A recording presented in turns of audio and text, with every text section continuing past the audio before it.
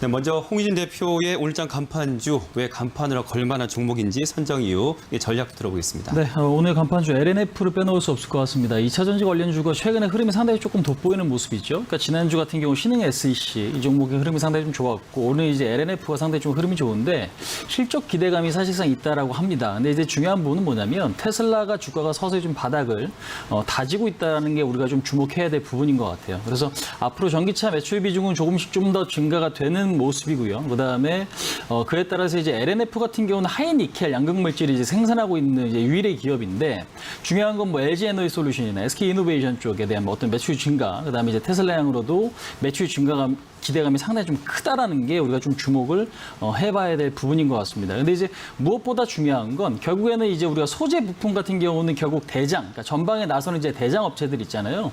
뭐 삼성전자 간다면은 삼성전자 밑에 이제 소재 부품, 그러니까 장비 이런 것들에 대한 어떤 주목을 하실 필요가 있듯이 우리가 좀 주목을 해봐야 될 건 앞으로의 테슬라 주가 방향성이다라고 좀 보시면 될 것 같습니다. 그래서 일단 LNF는 오늘 이제 사상 처음으로 이제 신고가를 좀 경신을 했고 지금 현재는 이제 18% 올라간 11만 500원에 지금 종가가 형성이 되려고 하고 있는 모습인데 중요한 건 전고점이 좀 넘어갔어요. 그러니까 새로운 자리에 이제 넘어갔기 때문에 이제는 지난번에 고점 자리였던 자리가 지지선의 역할을 해줄 수밖에 없다라는 겁니다. 그래서 일단은 2차 전지가 아무래도 우리나라에서 반도체와 같이 수출이 가장 좀 성장성이 좀 두드러지는 이제 그런 섹터이기 때문에 이러한 부분에 대한 어떤 관심은 좀 필요하지 않나 말씀드릴 수 있을 것 같습니다. 네.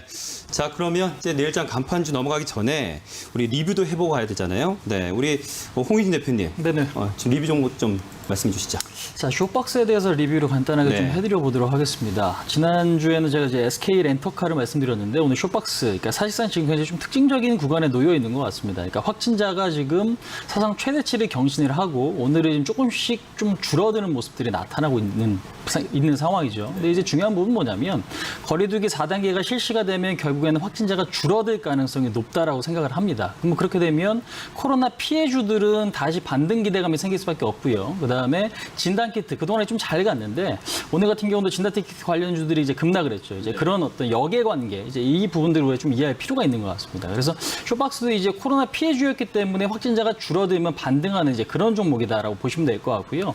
현재로서는 4,200원짜리가 이탈이 없다라고 하면은 추세는 아직까지 좀 살아있다라고 좀 보시면 될 것 같아요. 그래서 1차적인 목표는 5,000원, 그다음에 코로나 확진자 감소에 대한 효과가 좀 더 나오게 되면 그 이상도 좀 노려볼 수 있다. 근데 이제 무엇보다 중요한 건 쇼박스가 갖고 있는 어떤 제작 능력이나 배급사 능력이 굉장히 좀 뛰어나기 때문에 우리는 이제 장기적으로 보실 분들은 이런 부분에 좀 포인트를 맞추시면 되지 않을까 말씀드릴 수 있을 것 같습니다. 네, 그러면 내일장 간판주 우리 시초가 어떤 걸 좀 종목을 공략해 볼까요? 네, 이구산업을 좀 말씀드릴게요. 시간이 그렇게 많지는 네. 않아서 빠르게 조금 말씀드린다면 포인트는 그겁니다. 결국에는 경기가 다시 좀 좋아지는 구조로 가고 금리가 오른다면 인플레이션 관련주는 우리는 좀 봐야 된다라는 거고요.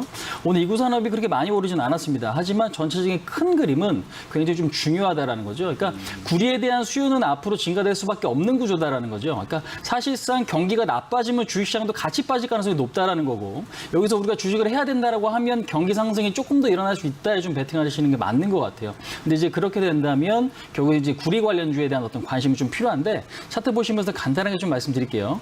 그러니까 보시면은 지금 한 2달가량 횡보 조정을 좀 거쳤습니다. 사실상 5월달에 고점 짓고 박스권을 좀 만들고 있는데 현재 시점에서는 뭔가 주목할 만한 어떤 모습이 나오진 않고 있는 것 같아요. 하지만 추세 자체가 굉장히 좀 좋다라는 거죠. 그러니까 이 종목의 특징을 보시면은 올라갈 때 급등식으로 올라간다라는 게 좀 포인트가 될 수 있습니다. 그래서 횡보하다 급등, 횡보하다 급등, 그러니까 이런 양상으로 흘러간다라는 거죠. 그래서 지금도 그런 어떤 관점에서 본다면 외국인과 기관, 그다음에 거래량이 큰 폭으로 감소되고 있는 그러니까 지금 자리가 오히려 조금 매수 적기가 아닌가. 그래서 오히려 이제 목표치는 한 4,900원 정도 1차 목표치를 좀 보고요. 그다음에 손절 라인은 3,950원 정도 잡고 설정하시면은 지금 시장에서는 좀 무난한 종목이 아닌가 말씀드릴 수 있을 것 같습니다.